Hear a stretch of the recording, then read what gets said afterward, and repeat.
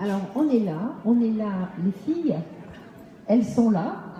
Donc à ma droite, Carmela Valente, avec son livre Trac Victime, donc actrice qui a mis ses techniques pour gérer le stress, le trac, la prise de parole en public au service du grand public, qui a innové dans la formation en amenant des techniques de l'acteur dans les entreprises.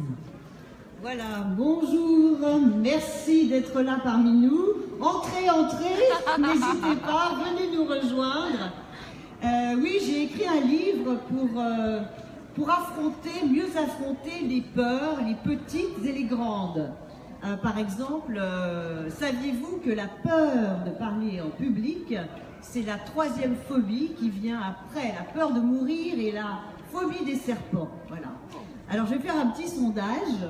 Qui parmi vous n'aimez pas et n'êtes pas à l'aise quand vous prenez la parole en public?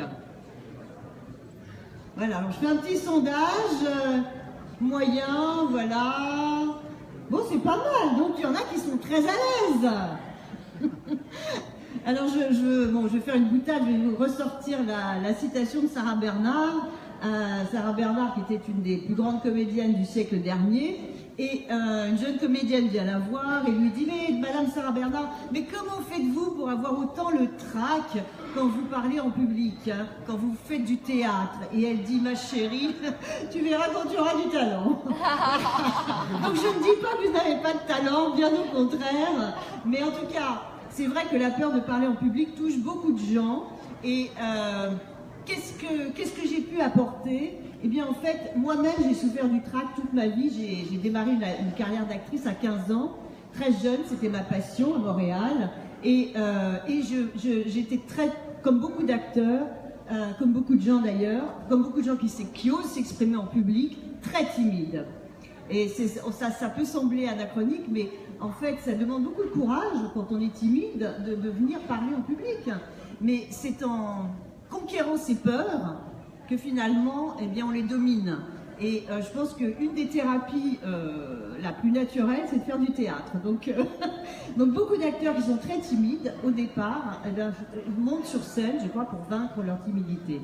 Donc j'ai fait une carrière d'actrice et à un moment donné, par hasard, la vie, c'est là où c'est fabuleux, c'est que la vie vous amène sur votre trajet des personnes et je me suis retrouvée à coacher un directeur d'entreprise à une époque où les femmes n'étaient pas coachs. Il n'y avait pas de formation en prise de parole en public, il y avait des formations en vente, en management, mais tout le monde savait parler, forcément. Et on parlait beaucoup moins en public, on s'exprimait beaucoup moins que maintenant. On écrivait beaucoup plus, avec moins de fautes d'ailleurs. Donc, je me suis retrouvée à coacher un dirigeant d'entreprise avec les techniques de l'acteur. C'était une idée brillante. Ce n'est pas moi qui l'ai eue, mais c'était quand même une idée très novatrice à l'époque et très brillante. C'était de prendre un comédien, prendre une actrice et de lui dire voilà, je te donne un ingénieur et il faut le préparer. Il a des prises de parole en public, il a des conférences à faire. Donne-lui ton savoir-faire, donne-lui tes techniques. Et c'est comme ça que je suis rentrée dans le milieu de la profession. Je ne pensais jamais faire ça. Je disais, je suis qu'actrice, je ne sais faire que ça. Eh bien non. J'ai cultivé mon potager, moi aussi, et je me suis découvert un autre talent d'actrice à formatrice. Et j'ai créé une méthodologie où j'ai transformé, adapté les techniques de l'acteur, comment l'acteur gère son trac, son stress. J'ai commencé avec Patrick Braoudet dans une pièce qui s'appelait Du ronron sur les Blinise et Patrick, qui était vétérinaire d'ailleurs à l'époque, était très traqueur et il allait vomir avant de jouer chaque soir. Donc, comme quoi, c'est pas toujours évident. Moi, je perdais mon texte, j'oubliais mes accessoires et même une fois, je jouais une pièce avec Micheline Dax, je me suis enfermée dans la salle de bain, j'arrivais plus à en sortir. Voilà, ça c'est... Moi, j'ai vécu l'horreur du trac. Et en fait, en essayant de comprendre d'où vient cette peur, d'où vient ce trac, et en passant mon savoir-faire dans le domaine de la formation, eh bien j'ai commencé à... parce que quand on aide les autres, c'est vrai qu'on s'aide soi-même. C'est la plus grande aide qu'on peut faire. C'est d'abord on aide les autres et ça nous aide. Eh bien mon trac a pas disparu complètement, mais a fortement diminué. Et donc dans mon livre, je donne toute cette méthodologie, toutes ces techniques pour diminuer le trac, mais aussi pour avoir une voix qui porte, pour ne plus avoir besoin de micro et que je puisse parler jusqu'au dernier rang. Démonstration. La respiration, l'usage de la respiration pour se détendre, pour se calmer, mais aussi pour masser. Parce que quand on sait respirer avec le diaphragme, on masse le foie, le pancréas et l'estomac. Et cette boule au ventre qu'on peut avoir avant un entretien, avant un challenge, avant un saut à parachute, que sais-je, bien diminue par la respiration. Donc ce livre, voilà, c'est un peu toute ma vie d'actrice, toute ma vie de formatrice, puisque c'est 20 ans de technique auprès de milliers de personnes que j'ai eu la chance de former, que je décline, voilà, et j'ai un grand plaisir à découvrir mon public qui va pas de 7, mais de 12 à 80 ans, on va dire. Merci beaucoup pour votre attention.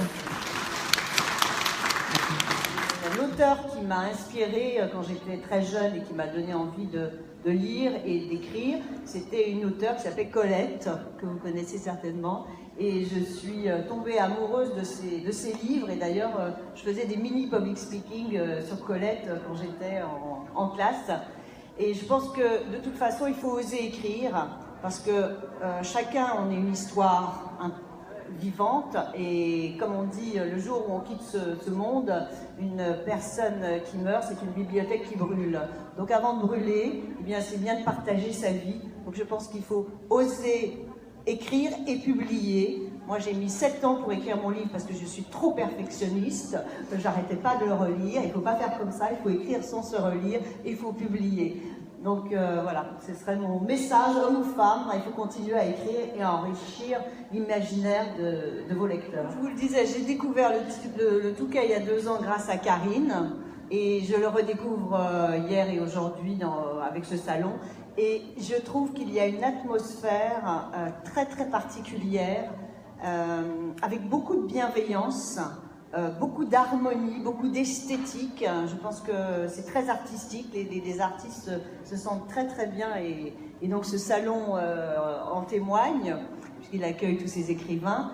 Et c'est, moi je dirais, le Touquet, havre de paix, voilà. Et surtout paix.